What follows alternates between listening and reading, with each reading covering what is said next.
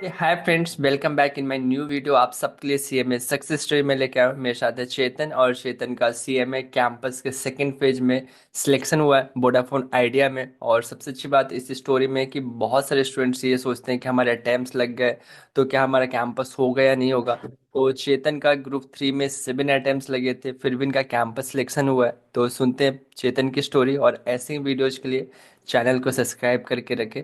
हाय चेतन, कैसे हो आप? Hello sir. मजे में, आप कैसे हो? सब अच्छा चल रहा है।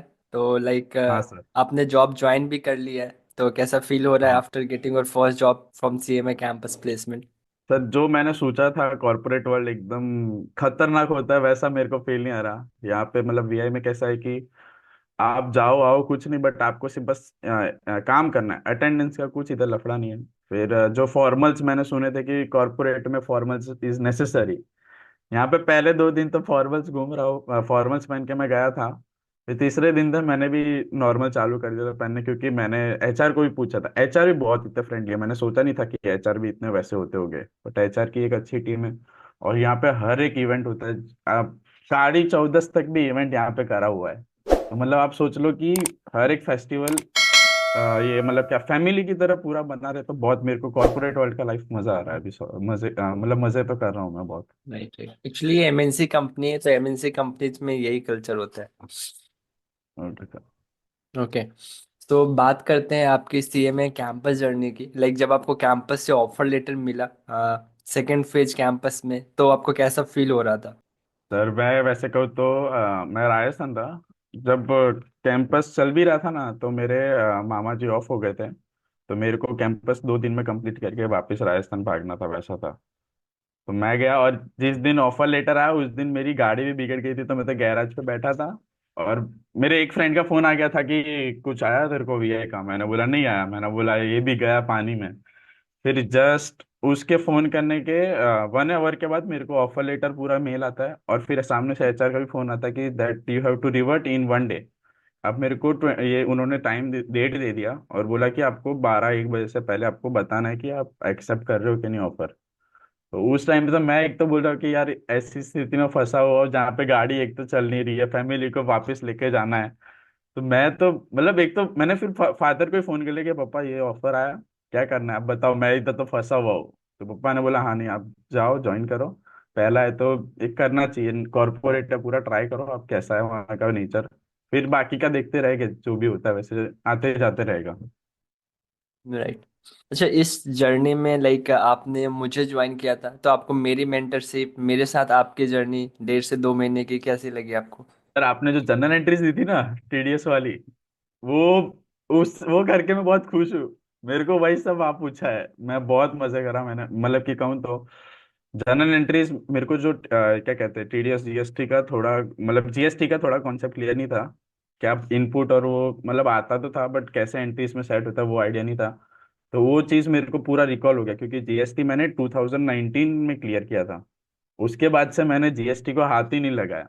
वीआई में भी जीएसटी का था, बट मैंने बोला जीएसटी में जाना नहीं है, जीएसटी कुछ आता नहीं, पता चला एक नेगेटिव इम्पैक्ट ना पड़ जाए, इसलिए मैंने जीएसटी डिपार्टमेंट में ट्राई भी नहीं किया था, वैसा था। तो सर आपके जो जीडी हुए थे, जीडी इधर था नहीं बट जीडी बॉम्बे में था। मैंने मुंबई कैंपस भी मैंने वहाँ पे अटेंड किया हुआ है। वहाँ पे मेरा मतलब एक कंपनी में हुआ था, बट वो कंपनी का कुछ क्या कहते हैं वो रिवर्ट कुछ आया नहीं था। मतलब वहाँ पे वो कंपनी ऐसे आई होगी बट उन्होंने कुछ बताया नहीं था। इन मतलब कि अंदर खाने पता चल गया कि हाँ कुछ तो हुआ है मेरा ऐसा, बट आगे वो कंपनी का कुछ रिकॉल नहीं था वैसा। बाकी आपके साथ सर जो मैंने 9 से 11 जो या 9 से 12 जो टाइम स्पेंड किया ना, बहुत मेरे को एक लगा कि मैंने कुछ इम्प्रूवमेंट किया है, मेरी इंग्लिश भी वहाँ पे ठीक हो गई है। बट वहाँ पे जब वीआई में गया तो सिर्फ वो एक इंटरव्यू के लिए इंग्लिश था, वैसा था, बाकी इधर वैसा कुछ है नहीं प्रॉपर वैसा। वो बोलते हैं कि आपको जो फ्रेंडली हो आप वैसे बात करो, कंफर्टेबल जिसमें हो रहो उससे बात करो, वैसा। फिर आपके साथ टेम्पलेट्स रेज्यूमे के वो ही बहुत मेरे हेल्प हो गए। उसमें मैंने थोड़ा रेज्यूमे मेरा सेट करा, क्योंकि मैंने भी थोड़ा अनइवन कर दिया था रेज्यूमे। तो वो वो भी रीज़न हो सकता है कि क्या कहते हैं उसके वजह से मेरा रेज्यूमे भी पहले सिलेक्ट हो गया हो, और मेरे को कैंडिडेट लिस्ट में पहले आने को मिल गया हो। वो चीज़ तो सर ग्रेट। आपका मैंने मतलब मैंने भी मेरे फ्रेंड को आया, मैंने मेरे फ्रेंड को पूछा कि कोई मेरे को ऐसा बता कि मैं ये क्या कहते हैं ज्वाइन करूँ, मेरे को ये इंटरव्यू प्रिपरेशन हो ऐसा। बाकी और भी एक्स क्लासेस है जिनके थोड़े मतलब कि एक होता है कि कहते हैं आपका बजट फ्रेंडली है, बाकी थोड़े हाई है। और उसमें भी कैसा है कि क्या मतलब कि कोई वहां पे जाके दे रहा है या कोई ऑनलाइन ही सिर्फ प्रोवाइड कर रहा है। लाइव मेरे ख्याल से दे रहा है कि नहीं मेरे को आइडिया नहीं है। बट आपका मेरे को ऐसा लाइव रहा, हमने जो जीडी किया, मतलब जीडी सोचा नहीं कि कैसे करेंगे, इतने सारे लोग थे जीडी कैसे हुए। आपने रूम्स बनाए तो बहुत मजा तो बहुत आया उसमें भी रिसर्च करते। वो भी सर पीपीओपी पे जाके रिसर्च करते थे हम बैठ के वहां पे कि हाँ जीडी है, ये लाइन सेट करके जानी। तो बहुत आपका मेरे को बहुत हेल्पफुल रहा ये चीज।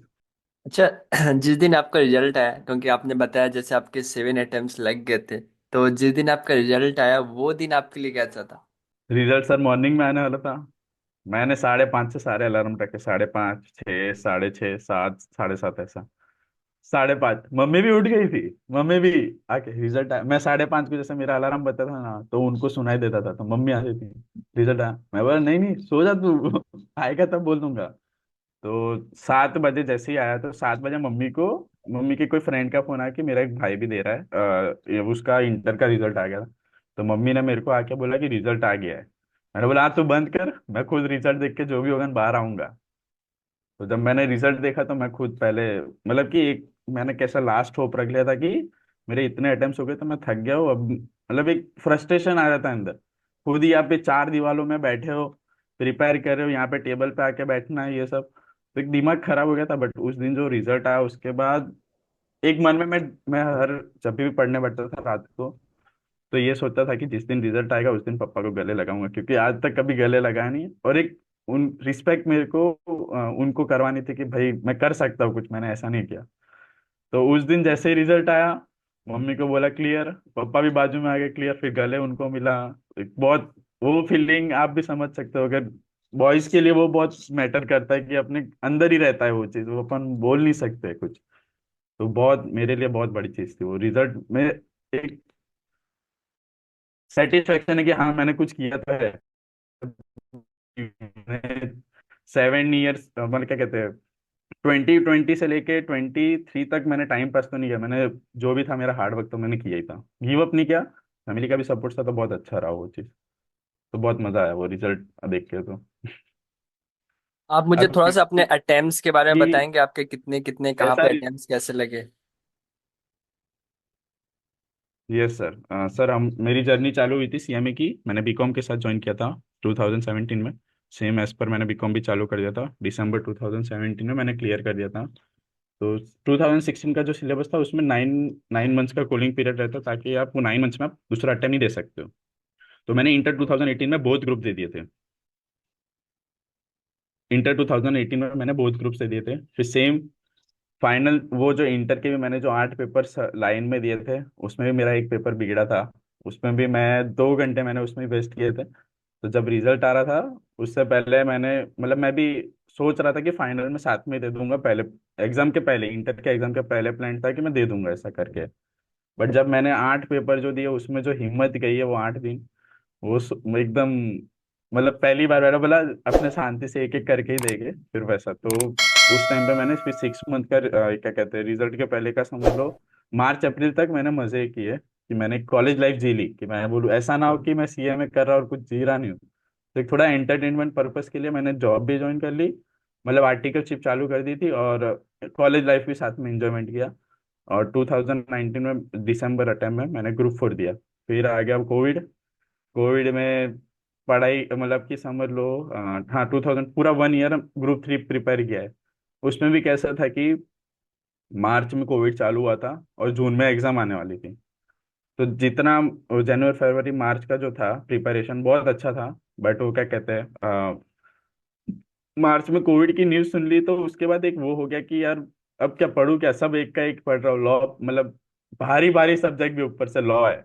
लॉ में कितनी बार बुक देखूं मैं, अब देख लिया है बुक वही का वही, तो वो एक दिमाग खराब हो गया था। बट लॉ ने मेरी हालत खराब की थी दिसंबर ये 20 अटेम्प्ट में, जहाँ पे लॉ में मैं फेल हुआ, SFM SCM और डीटी। SFM SCM में मैंने एग्जामेशन कैरी कर लिए थे। SFM में मेरे कुछ थे 72 ऐसे कुछ अराउंड थे, और SCM में भी 60 68 या 670 ऐसा ही कुछ था। अच्छा स्कोर हो गया था उसमें। 200 के तो अबाउ चला गया था, बट लॉ में मैं फेल हो गया। तो मैंने बोला यार थोड़े एग्जाम्शन वाले मार्क्स उधर सेट ऑफ कर दो, क्यों इतना वो कर रहे हो ऐसा। वो चीज़ फिर बाद में ऑनलाइन अटेम्प्ट में मेरे थोड़े, उसमें भी एग्रीगेट्स नहीं हो रहे थे। मेरे को 100 स्कोर करने थे 2 पेपर, क्योंकि एग्जाम्शन थे तो 2 कैरी फॉरवर्ड हुए। 2 पेपर मेरे को 2 पेपर में भी एग्रीगेट नहीं हो रहे थे। 88 आ रहे थे, कभी 89 आ रहे थे। मतलब पहले अटेम्प्ट में 88 आए थे, सेकंड में 89 आया, और 92। मतलब ग्राफ तो बढ़ रहा था बट क्लियर नहीं हो रहा था, मैं वैसा हो रहा था।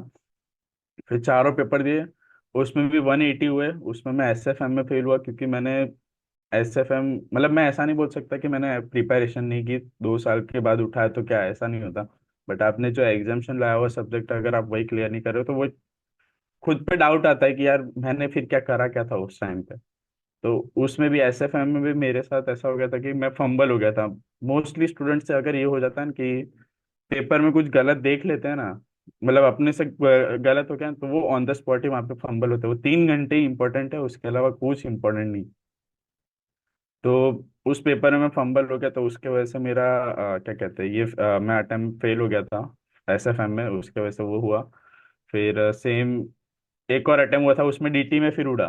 फिर लास्ट जो अटेम्प्ट आया उसमें मैं, जिसमें उड़ा था ना उसमें, मतलब लॉ में मैं पहले अटेम्प्ट में जो उड़ा था उसमें मैं एग्जाम्शन लेके आके मैंने क्लियर किया था ग्रुप 3। तो वो शांति मिली फिर वैसा। अच्छा, फिर जब इतने मतलब अटेम्प्ट्स लग गए थे तो कहीं ना कहीं इंसान होप भी खो देता है कि क्या मेरे जॉब लगेगा अरे भी या नहीं लगेगा। अरे तो ऐसा भी सर, कुछ था?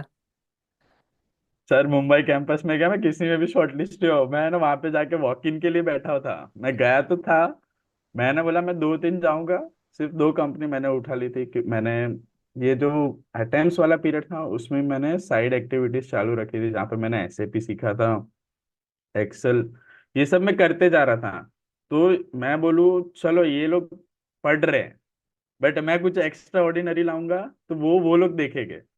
और मुंबई में वैसा ही मैंने सोचा था कि मुंबई का मेरे को पता नहीं था कि कंपनीज किस तरीके से शॉर्टलिस्ट करती है। वो पता चला कि कुछ कुछ कंपनियां फर्स्ट अटेम्प्ट उठाती है, सेकंड अटेम्प्ट उठाती है, फिर कुछ क्राइटेरियाज होते हैं उस बेसिस पे उठाती है। तो मैं सिर्फ है ना, हाँ एक इनवेन्यो में हुआ था, जो इनवेन्यो एलएसआई, उसमें शॉर्टलिस्ट हुआ था। फिर 2 मेरे को वॉक इन देने थे। इनवेन्यू इनवेन्यू एलएसआई का वो था क्या कहते हैं, ऑनलाइन था, घर से पहले आप दो और फिर वहां पे जाके जो पीरियड्स था वो। तो उसमें भी मैंने, उसमें हाँ बस मैं मोस्टली ये स्टूडेंट को कहना चाहूंगा कि आप जो भी क्या कहते हैं अपने, ये इन जो कंपनी का मैंने इंटरव्यू दिया था उसमें कैसा है कि पूरा एक मास होता है ना, बस आपको एक स्पेसिफिक बनना है। तो आप वो वहाँ पे अगर सिलेक्ट होते हैं ना तो फिर आगे जाके होता है। बट मेरा कैसा हो गया था कि मेरा नेट कनेक्शन प्रॉपर नहीं था। तो नेट कनेक्शन भी होना चाहिए, मेन तो ये फंडा है। तो मेरा उसके वजह से वहाँ पे वो बफरिंग हो रहा होगा, तो मैं क्लियर नहीं हो पाया था वो, मतलब कम्युनिकेशन जो मेरे को पहुंचाना था वो वहाँ नहीं पहुंच पाया था। तो उसके वजह से मैं इन्वीनियो एलएसआई में शॉर्टलिस्ट भी नहीं हुआ। बस अब मैंने फिर सोचा था कि पहले दिन तो सारे बड़ी कंपनी आएगी, पीएसयू ने, उसमें तो चांस ही नहीं है हमारे। क्योंकि 7 अटेम्प्ट से तो मैं भूल ही गया था, मैंने सोचा ही था कि मैं कोई भी कंपनी में शॉर्टलिस्ट होने से रहा। ये इन्वीनियो एलएसआई में भी कैसे हो मेरे को आइडिया नहीं। बाकी मैं प्रिपेयर करके गया था कि मैं जो भी वॉक इन जाऊंगा ना उसमें मैं तोड़ के आऊंगा, बाकी कुछ नहीं। तो उसमें तो जाके इंटरव्यू दे के आया। बट क्या कहते हैं कि कंपनी कंपनी का कुछ रिवर्ट नहीं आया था। बस ये कहना चाहूंगा कि जो आप है ना, भले अटेम्प्ट दे रहे हो बट साइड में कुछ ऐसा करो ताकि आप एक अलग दिखो पूरे ग्रुप से। 7 अटेम्प्ट मैंने भी दिए, बट मेरे पास एसएपी था, एक्सेल था, पावर पॉइंट, वर्ड, इन सब का मैंने बहुत अच्छा एक वो बना लिया था कि बेस की मेरे, मगर मेरे को कोई भी कंपनी चाहे ना, तो अगर इसके बेसिस पे शॉर्टलिस्ट करेगी तो मैं, भले मैंने एग्जाम में मेरे 7 अटेम्प्ट, पर इसमें मेरा फर्स्ट अटेम्प्ट रहेगा, उसके वजह से मैं क्लियर होऊंगा। तो मोस्टली एक्सटर्नल एक्टिविटीज करनी चाहिए वैसा तो। बस यही है। ओके। अच्छा, लाइक आपने अटेम्प्ट्स भी लगे थे तो साथ में आपने क्या जॉब किया था या फिर आपने ट्रेनिंग की थी पूरे कंप्लीट ईयर्स में? वैसे सर मैंने आर्टिकलशिप पीरियड ही कभी उधर कंटिन्यू रखा था। फिर I have to show institute को, तो मेरे को ये शो करना पड़ता है कि मैं आर्टिकलशिप कर रहा हूँ। बट मैं फिर मैंने कंपनी से बात करके मैं उनको बोला कि सर आप मेरे को भले यहाँ पे आर्टिकलशिप शो करो, बट मैं एज आप अभी जॉब रखो, क्योंकि सर मेरे को थोड़ी इनकम की भी ज़रूरत है। तो उन्होंने वैसे कर दिया था, तो मेरे को उन्होंने आर्टिकलशिप पीरियड का ही सर्टिफिकेट दिया है, बट थोड़ी इनकम एज पर नॉर्म्स के हिसाब से वैसा नहीं था, वो उनके इच्छा से उन्होंने दिया था वैसा। मतलब सो कुछ ग्रोथ देखा होगा तभी उन्होंने इनकम दिया, बाकी नहीं देते हुए। Okay, okay, great. So finally after it आपका सेकंड फेज जो अहमदाबाद चैप्टर ने ऑर्गेनाइज किया था उसमें आपका वोडाफोन आइडिया में सिलेक्शन हुआ। Yes sir. ग्रेट। और लाइक इतने अटेम्प्ट्स लगने के बावजूद भी आई थिंक आप एग्जैक्ट पैकेज नहीं लेकिन हाँ 6 to 7 लाख का पैकेज आपको ऑफर हुआ वोडाफोन आइडिया से। यस सो इसलिए सारे स्टूडेंट्स से ये रिक्वेस्ट है, focus on your CMA exams. Future में कुछ ना कुछ तो अच्छा होगा ही। इस स्टोरी से तो वो ये तो सीख है सर। मिलती है। हाँ। वो तो है सर, मैंने भी मतलब कह सकते हो कि मैं भी हर एक अटेम्प्ट में जैसे जैसे अटेम्प्ट बढ़ते थे तो मैं सोच रहा था यार जॉब मेरे को मिलेगी नहीं। मन में मन सोचता था कि सर जो पैकेज मेरे को मिला है ना, मेरे लिए वो एक्सपेक्टेड नहीं था। आई वॉज अराउंड दैट मेरे को 4-5 मिल जाएगा, मैं खुश हूँ। भले बॉम्बे भी जाके मेरे को 4-5 मिलेगा ना, तो भी मेरे को पता है कि 4-5 में बॉम्बे कुछ नहीं हो सकता। आपका रेंट चला जाएगा, फूड चला जाएगा, कुछ नहीं। बट मैंने बोला बॉम्बे मेरा एक ग्रोथ है।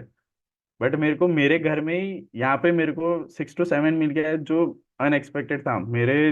मतलब वहाँ पे बहुत सारे स्टूडेंट्स थे, अराउंड 60 to 70 स्टूडेंट्स थे इस बार। अहमदाबाद कैंपस का बहुत ज़्यादा ही हो गया था, बहुत बहुत स्टूडेंट्स आ गए थे। तो एक 7 अटेम्प्ट, और मोस्टली वहाँ पे मैं जिनको भी मिला हूँ ना, सारे फर्स्ट अटेम्प्ट वाले ही थे। कुछ प्रैक्टिस में चले गए थे तो उन्होंने वो वैसे ही बाहर हो गए। अब मेरा कंपटीशन रहा जो फर्स्ट अटेम्प्ट वाले स्टूडेंट्स हैं, उनके सामने मेरा 7 अटेम्प्ट वाला कंपटीशन रहा। तो मैं बस ये बोलूंगा कि आप है ना अटेम्प्ट्स मत देखो, सिर्फ आपका एक एक्स्ट्रा कुछ करके रखो जो आपके रेज्यूमे में एक अलग पड़े पूरा, कि हाँ इस बंदे ने कुछ किया, भले इसके इतने अटेम्प्ट्स है। और मैं चाहूंगा कि मतलब लोग ऐसा ना लिखे कि मेरे 7 अटेम्प्ट्स है, बट एक ईयर वाइज है ना वो बताए कि हाँ मैंने 2017 में जर्नी चालू, मतलब फाउंडेशन तो नहीं काउंट करने का होता है। 2018 में मैंने किया, ये किया, 2019 में ये किया। और फिर सीधा जो ग्रुप जिस ईयर में जो ग्रुप क्लियर हुआ है वो ग्रुप ईयर डाले, क्योंकि मोस्टली आधे रेज्यूमे मैंने वहाँ देखे थे जहाँ पे ईयर्स उन्होंने मेंशन नहीं किए थे, बट डायरेक्ट लिख के रखा था। तो एक मेरे ख्याल से नेगेटिव भी इम्पेक्ट कर सकता है कि ये क्यों बता रहा हूँ, वो इंटरव्यू का सिलेक्टर्स पे है वो पूरा। ग्रेट, आपने काफ़ी कुछ ऐड किया। काफ़ी अपनी जर्नी के बारे में बताया, अटेम्प्ट्स के बारे से लेके सक्सेस के बारे में। आई थिंक हमने सब कुछ कवर कर लिया है। कुछ भी ऐसा आपको लगता है जो मिस हो गया है, आप ऐड करना चाहते हो तो आप ऐड कर सकते हो। बस मैं स्टूडेंट से ये बोलना चाहूंगा कि आप कॉन्फिडेंस मत खोना। मैं सीरियसली, मेरे को पता है कि चार दीवार में बैठ के 4 सब्जेक्ट पढ़ने, वो भी लॉ, डीटी, एसएफएम, एससीएम। चलो एसएफएम एससीएम तो वो है प्रैक्टिकल सब्जेक्ट है, तो बहुत मजा आता है।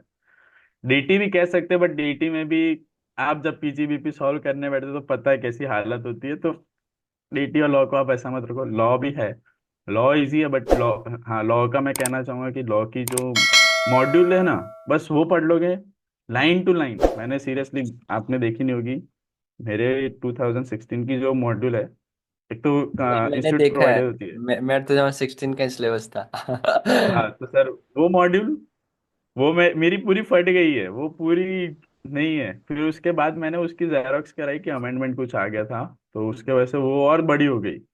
वो भी पूरी फट गई। फिर मैं ऑटोमेटिकली मेरा जहाँ पे मैंने जहाँ थर्ड अटेम्प्ट दिया था, तो मेरे को स्विच होना पड़ा था 2020 वाले सिलेबस में। तो वो एक कह सकते हैं, हाँ उसमें कोर्स बढ़ गए थे। पर 2016 में जैसे सेबी के कुछ चैप्टर्स थे, कॉरपोरेट गवर्नेंस था, इंश्योरेंस, वो सब इसमें है, बट इसमें थोड़ा कम है। बट मैं चाहूंगा कि थोड़ा आप है ना, लॉ का कैसा है कि मैं इंस्टीट्यूट को ब्लेम नहीं करना चाहता हूँ, बट कुछ जो चीजें मेन होती है जैसे एज पर सेक्शन, वो थोड़ा वहाँ पे अनइवन है नए मॉड्यूल में। तो आप कंफ्यूज तो होने वाले हो, अब जो 2016 वाला तो कर रहा होगा तो वो कंफ्यूज होने वाला है, वो 100% नक्की है। पर 2020 और टू वालों को बस थोड़ा, और थोड़ा ऐसा हो तो सेक्शन के ऊपर नीचे का भी देख लेना, क्योंकि एग्जाम का कोई भरोसा नहीं, कभी भी कुछ भी आ सकता है। तो बस, और फुल कॉन्फिडेंस में जाना है। बस एक, आप सबको स्टूडेंट्स को तो पता होगा कि कैसे एग्जाम देनी है, बट मैं सिर्फ थोड़ा एक गाइडेंस देना चाहता हूँ कि आप एग्जाम देने जाओ तो ऐसा मत सोचना कि चलो एमसीक्यू तो करना ही है, पर उसके बाद है ना, मोस्टली मैं ये मिस्टेक करता था। मैंने हर एक अटेम्प्ट में 6 अटेम्प्ट तक मैंने ये मिस्टेक की है। मैं एमसीक्यू जो 15 मिनट लर्निंग फेज होता था ना, उसमें मन में कैलकुलेट करने चालू करता था एमसीक्यू, और पीछे का मेरे को पता नहीं होता था। बस मेन है ना, वो मत करो। 15 मिनट आपको दिए तो क्वेश्चन 2 3 4 5 6 7 8 उसको थोड़ा गो थ्रू कर लो। जो सबसे अच्छा आता हो ना, वो एमसीक्यू के बाद वाला चालू करना। तो जब वो एग्जामिनर, क्या कहते हैं वो, जो चेकिंग कर रहा होता है ना, वो ऐसे टिक मारता रहेगा ना, तो उसका एक फ्लो बैठ जाएगा कि हाँ इसका ये कॉन्फिडेंस है, बंदा सही है। तो एक वो चीज़ भी मेरे लिए कह सकते हो कि वो मेरे को मतलब कि इम्पैक्ट करी होगी चेकिंग के वक्त। लेकिन उनका रिदम रहता है ना, वो रिदम नहीं टूटेगा, तो उनको मजा भी आएगा सर पेपर चेक करने में। तो उसके लिए एक अच्छा रह सकता है। बस सर मैं यही स्टूडेंट मतलब, और मोस्टली टाइम पीरियड में थोड़ा कंप्लीट करने का ट्राई करना। पेपर दो तो ज्यादा फंबल मत होना, बस मेन ये है फंबलिंग। आप हाँ। बस वो 3 घंटे आपको निकालना, और कुछ नहीं है। 3 घंटे और 4 दिन, अब तो 8 दिन हो गए। तो बस शांति से दो और खुश रहो।